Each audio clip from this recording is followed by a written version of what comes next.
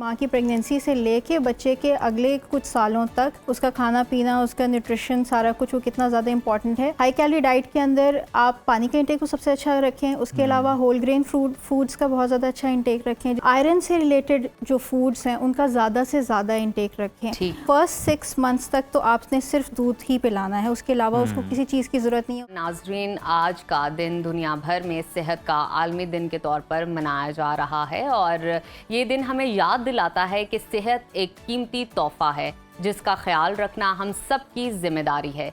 इस साल अक़वाम मुत्तहिदा ने सेहतमंद आगाज़, उम्मीद से भरपूर मुस्तकबिल के मौजू का इंतखाब किया है ताकि दुनिया भर की हुकूमतों और इदारों को तरगीब दी जा सके कि वो माँ और नौज़ायदा बच्चों की अमवात को रोकने के लिए कोशिशें तेज़ करें और ख़वातीन की तवील मुद्दती सेहत और बहबूद को अव्वलीन तरजीह दें। आलमी इदारा सेहत की रिपोर्ट के मुताबिक दुनिया भर में हर साल तकरीबन 3 लाख ख़वातीन ज़चगी के दौरान मुख्तलिफ वजूहात की बिना पर अपनी जान से हाथ धो बैठती हैं, जो रोज़ाना तकरीबन 800 अमवात के बराबर है। इसी तरह नौमौलूद बच्चों की अमवात भी तरक्की पजीर ममालिक में बहुत ज़्यादा हैं। यूनिसेफ की रिपोर्ट बताती है कि पाकिस्तान में हर 1000 में से तकरीबन 46 नौमौलूद बच्चे 1 माह की उम्र तक पहुँचने से पहले ही इंतकाल कर जाते हैं, जो कि बड़ा अफसोसनाक है। तो नाज़रीन, इसी सूरत हाल को डिस्कस करने के लिए और इस पर बात करने के लिए इस वक्त हमारे साथ मौजूद है माहिर ग़िज़ाई सारा फ़ारूकी साहिबा। बहुत शुक्रिया सारा आपके वक्त का। सारा, आज सेहत का आलमी दिन मनाया जा रहा है। मैं आपसे जानना चाहूँगी इन डिटेल कि अक़वाम मुत्तहिदा को ये दिन स्पेशली मनाने की क्यों ज़रूरत महसूस हुई?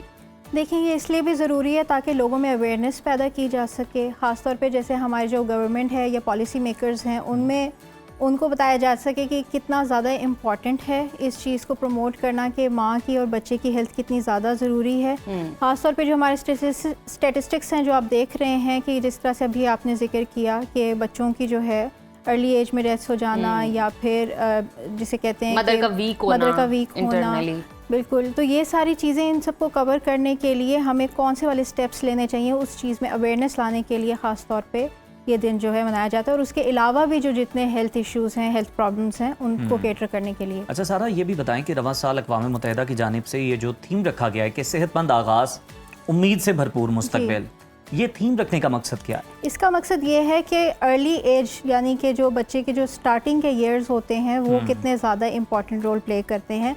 ये बात होती है कि माँ की प्रेगनेंसी से लेके बच्चे के अगले कुछ सालों तक जो उसकी जो एज है उसमें उसका खाना पीना, उसका न्यूट्रिशन, सारा कुछ वो कितना ज़्यादा इम्पॉर्टेंट है, उस चीज़ की इम्पॉर्टेंस को जिसे कहते हैं कि सामने रखने के लिए, ताकि लोगों में अवेयरनेस है इस चीज़ की कितना ज़्यादा ज़रूरी है, इस वजह से इसका ये थीम रखा गया। अच्छा सारा, मैं आपसे जानना चाहूँगी, आपको क्या लगता है रीज़न क्या है कि हम पाकिस्तान में देखते हैं माँ और नौज़ायदा बच्चों की अमवात की बेसिकली और ज़्यादा वजूहात क्या होती हैं? इसके पीछे बैकग्राउंड क्या है? अच्छा, अर्ली एज में देखें, जो भी जितनी भी मदर्स हैं प्रेगनेंसी के दौरान भी उनकी न्यूट्रिशन का ध्यान जो है बहुत ज़्यादा नहीं रखा जा रहा होता, या उनकी हेल्थ का बहुत ज़्यादा ध्यान नहीं रखा जा रहा होता, या ख़ुद भी वो इतना ज़्यादा ध्यान नहीं दे रही होती हैं कि नॉर्मली जो चीज़ें आप खा रहे होते हैं क्या वो आपके लिए उतनी ज़रूरी हैं या नहीं हैं। क्योंकि ये अहम बात है। हाँ बिल्कुल, ये बहुत ज़्यादा ज़रूरी है, क्योंकि आप देखेंगे बहुत सारी जो प्रेग्नेंट ख़वातीन हैं उनके साथ ये इश्यूज़ भी रहते हैं कि वो बहुत ऐसी चीज़ें भी खाती हैं जिनकी ज़रूरत नहीं है बॉडी को, न्यूट्रिशनल वाइज भी ज़रूरत नहीं है। हम लोग अपनी सेहत खुद ही एक तरह से ख़राब कर रहे हैं। सारा, हमने ऐसी भी बहुत सारी मदर्स देखी हैं जो खाती बहुत ज़्यादा है। हम देखते हैं कि इनकी खुराक यार बहुत अच्छी है, बहुत अच्छी है, लेकिन फिर भी उनमें आयरन की कमी होती है, कैल्शियम की कमी होती है, और जब उनका बेबी पैदा होता है तो वो इमेच्योर होता है या किसी न किसी चीज़ की वजह से। इसमें 2 कंडीशंस आ जाती हैं। मेल न्यूट्रिशन जब हम कहते हैं, मेल न्यूट्रिशन सिर्फ ये नहीं होता कि भी बहुत ज़्यादा कमी हो जाना, वो ऐसा भी होता है कि जब आप बहुत ज़्यादा खा रहे हो और उसके अंदर भी न्यूट्रिशनल रिक्वायरमेंट आपकी नहीं पूरी हो रही है, आप ओवर ईटिंग कर रहे हैं, आप जंक फूड, फास्ट फूड, हर तरह की ऐसी चीज़ें खा रहे हैं जिसमें आयरन मौजूद नहीं है या कैल्शियम मौजूद नहीं है या दूसरे न्यूट्रिएंट्स मौजूद नहीं है, तो आप वो कैलोरीज तो ले रहे हैं लेकिन उसमें जो इंपॉर्टेंट न्यूट्रिएंट्स हैं वो आप नहीं ले रहे, जो आपको मिलने चाहिए, आपके बेबी को मिलने चाहिए, वो नहीं, बिल्कुल नहीं ले रहे। तो आप चाहे कम खा रहे हो, ये उस सूरत में भी मुमकिन है, आप ज़्यादा खा रहे हो उस सूरत में भी मुमकिन है। तो सारा ये तो हमने डिस्कस कर लिया कि इस तरह की चीज़ें जो खाते हैं उसमें ना आयरन है, जो न्यूट्रिएंट्स आपको चाहिए वो नहीं मिल रहे। तो फिर ज़चगी के दौरान ख़वातीन की खुराक में कौन सी ऐसी चीज़ें होनी चाहिए, कौन सी उन्हें डाइट लेनी चाहिए जो माँ के लिए भी बड़ी मुफीद हो, बच्चे के लिए भी बड़ी अच्छी हो? प्रेगनेंसी में ख़ास तौर पे देखें, जो जितनी भी लेडीज़ हैं उनके लिए ज़रूरी है कि हाई कैलोरी डाइट लेना ज़रूरी है।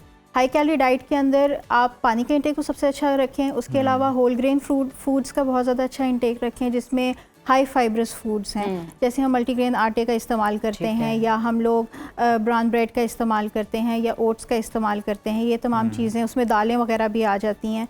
और उसके अलावा आयरन से रिलेटेड जो फूड्स हैं उनका ज़्यादा से ज़्यादा इंटेक रखें। उसके अंदर आपके पास जो सब्जियां आ जाती हैं, खासतौर पे जो ग्रीन वेजिटेबल्स हैं, बिल्कुल which is important in iron. मतलब आपको अगर खून की कमी है, लिवर आपका ख़राब है, फैटी लिवर है, तो बीट अच्छा, इस पे भी एक डिबेट है कि बीटरूट का जूस आपको नहीं लेना चाहिए, ये ठीक है बात? नहीं ले सकते हैं, ले सकते हैं। ओके, ले सकते हैं। बस ये है कि एज अ होल कोई भी वेजिटेबल या फ्रूट वो आपको ज़्यादा फ़ायदा दे सकता है as compare to the juice, क्योंकि उसमें फाइबर ऐड हो जाता है, जो है वो रिमूव हो जाता है उसमें से। सारा जब मैं बात कर रही थी आप हंस क्यों नहीं थी? मुझे देख के स्माइल कर रही थी, बहुत प्यारी सी स्माइल। वैसे आप प्यारी बहुत लग रही है।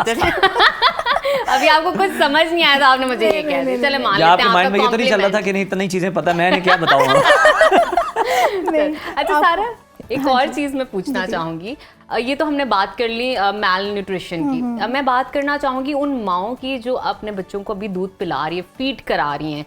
मुझे बताइए कितनी मतलब कितने टाइम पीरियड तक आपको फीड करवाना चाहिए साइंटिफिकली जो बेहतर रहता है बच्चे को, और उस दौरान माँ को कौन कौन सी खुराक लेनी चाहिए अपनी हेल्थ के लिए भी और बच्चे के लिए भी? देखिए, जो लैक्टेटिंग मदर्स हैं जिनकी हम बात करें कि जो बच्चों को फीड करा रही हैं, उनके लिए ज़रूरी है कि उनका कैलोरिक इंटेक रिड्यूस किसी भी सूरत ना हो। जैसे अक्सर होता है कि प्रेगनेंसी के फ़ौरन बाद जैसे ही बच्चा डिलीवर हो उसके बाद फ़ौरन ही आप वेट लॉस की तरफ चलना शुरू हो जाते हैं, आप कम खाना शुरू कर देते हैं, आप अपनी हेल्थ को खुद ही ख़राब कर रहे हैं। साथ ही साथ जो है जो मिल्क की प्रोडक्शन है वो भी प्रॉपर नहीं हो रही होती उसी वजह से, क्योंकि आपका अपना इंटेक अच्छा नहीं होता। और उसके लिए हरगिज़ ज़रूरी नहीं है, जैसे कुछ लोगों का मिसकंसेप्शन है कि दूध का इस्तेमाल ज़्यादा करना चाहिए, ऐसा नहीं है। ठीक है, सारे न्यूट्रिएंट्स का इस्तेमाल करना चाहिए, आपका फूड का इंटेक बहुत अच्छा हो। हाई कैलोरिक इंटेक का हरगिज़ ये मतलब नहीं होता कि आप जो है हर तरह का फूड या हर तरह का जंक फूड खाना शुरू कर दें। हाई कैलोरिक फूड का मतलब होता है कि जो न्यूट्रिशियस फूड्स हैं उनका इंटेक ज़्यादा कर दें, उससे वेट इंक्रीज़ नहीं होगा। वेट आप फिर भी रिड्यूस कर सकते हैं, लेकिन स्लोली एंड ग्रेजुअली, एकदम से रिड्यूस करने की कोशिश ना करें। उसमें फिर ये है कि आपने जो ख़ासतौर पे जो बच्चा है उसको फर्स्ट 6 मंथ्स तक तो आपने सिर्फ दूध ही पिलाना है, उसके अलावा उसको किसी चीज़ की ज़रूरत नहीं है, उसको पानी भी अलग से पिलाने की ज़रूरत नहीं है। जैसे अक्सर लोगों को होता है कि वो डिहाइड्रेट तो नहीं हो रहा, वो डिहाइड्रेशन उसमें नहीं होती है। बच्चे को जो दूध में से ही पानी उसको जो है वो मिल जाता है, तो उसको एक्सक्लूसिवली दूध पर ही रखें फर्स्ट 6 मंथ्स तक। उसके बाद वीनिंग स्टार्ट होती है जिसमें आप सॉलिड फूड इंट्रोड्यूस कराते हैं। फर्स्ट 6 मंथ्स के बाद सॉलिड फूड का इंट्रोडक्शन बहुत ही ज़्यादा ज़रूरी है। ठीक है, कई लोग जो है उस अरसे को जो है लंबा कर देते हैं, मतलब दूध पिलाते रहते हैं बच्चे को या फीडर पे डाल देते हैं, वो ठीक नहीं है। और ये कहना कि दूध एक मुकम्मल हिस्सा है, वो सिर्फ पहले 6 मंथ्स तक। सारा क्या देना चाहिए आफ्टर 6 मंथ? पहले बच्चे को क्या सॉलिड में दें? देखें, स्टार्ट करें, सबसे पहले आपने देखना है कि आप जैसे लोग आलू से स्टार्ट करते हैं, बिल्कुल ही मैश करके उसको दे देना। मैश पोटैटो आप उसे दे सकते हैं, लेकिन उसके अलावा वेजिटेबल से हमेशा स्टार्ट करना चाहिए। फ्रूट्स बाद में इंट्रोड्यूस कराएं। उसकी क्या एक बहुत बड़ी रीज़न है कि बच्चे को नहीं पता कि नमक का क्या टेस्ट है, उसको नहीं पता कि स्वीट क्या होती है। So true. ठीक है ना? तो आप इनिशियल तौर पे ऐसी चीजें जो फीकी हैं वो उसको इंट्रोड्यूस कराएंगे, जिसपे आपको खदशा है कि आपका बच्चा नहीं पसंद करेगा बड़े होकर। आप सबसे पहले फीकी चीजें उसे इंट्रोड्यूस कराएं, उसके बाद फिर आहिस्ता आहिस्ता उसको जो है दूसरी मीठी चीजें आप उसको दे सकते हैं या फ्रूट्स दे सकते हैं। अब उसका एक बहुत बड़ा फ़ायदा ये होगा, बाद में जाके जब बच्चा थोड़ा बड़ा होगा तो आप आराम से उसको वेजिटेबल्स या फ्रूट्स या जो भी खिलाना चाहते हैं वो जिद नहीं करेगा कि मैंने ये नहीं खाना। अक्सर बच्चे पिकी ईटर्स इसीलिए बनते हैं क्योंकि आपने इनिशियल ईयर्स में उनको वो चीज़ें इंट्रोड्यूस नहीं कराई होती। उनका टेस्ट डेवलप कर दें तो फिर ये मुमकिन होता है। ये जो टेस्ट डेवलपिंग टाइम होता है ना, ये सबसे ज़्यादा इंपॉर्टेंट टाइम होता है, क्रूशल टाइम होता है, क्योंकि इसमें अगर आपने मीठी चीज़ पहले इंट्रोड्यूस करा दी है तो बच्चे को उतनी ही मिठास चाहिए। लेकिन उसका क्या, वो जो जिस तरह बच्चा पैदा होता है तो कोई घर का बड़ा फर्द उसके मुंह में शहद देता है। हाँ जी, मैंने बहुत सारे डॉक्टर्स को ये भी कहते सुना है कि वो नहीं देना चाहिए आपको। हाँ जी, उसमें इन्फेक्शन का खतरा होता है, लेकिन मुझे लगता है कि अगर आप बिल्कुल ही थोड़ा सा अगर दे रहे हैं, जस्ट मतलब कि फिंगर टिप पे रख के थोड़ा सा दे रहे हैं तो इट्स ऑलराइट। अगर ये ट्रेडिशनल और वो भी एक ही बार आप उसे दे रहे हैं। अच्छा बिल्कुल। सारा, नौज़ायदा बच्चों की अमवात देखते हैं बहुत ज़्यादा है, मतलब पाकिस्तान में हम देखते हैं कि 1000 में से 46 बच्चों की अमवात हो जाती हैं।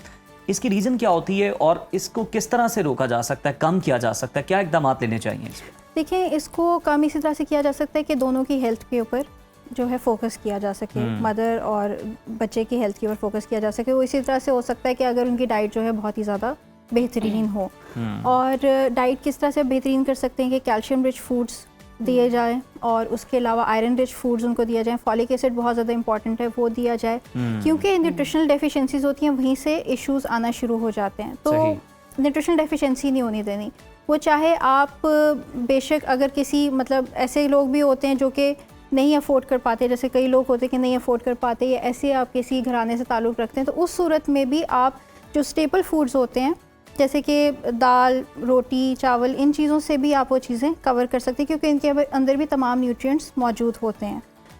तो ये सारी चीज़ें लेते हुए और ख़ास तौर पे अपनी हाइड्रेशन का ख्याल रखते हुए मुझे लगता है कि इन चीज़ों को कवर अप किया जा सकता है। अच्छा सारा, क्विकली मुझे बताइएगा, फॉर इंस्टेंट अगर किसी मदर को बहुत ज़्यादा वीकनेस हो रही है और वो डाइट भी ले रही है सारा प्रॉपर, लेकिन उस वक्त के लिए अपनी वीकनेस को ख़त्म करने के लिए, दूर करने के लिए क्या चीज़ उनको खानी चाहिए?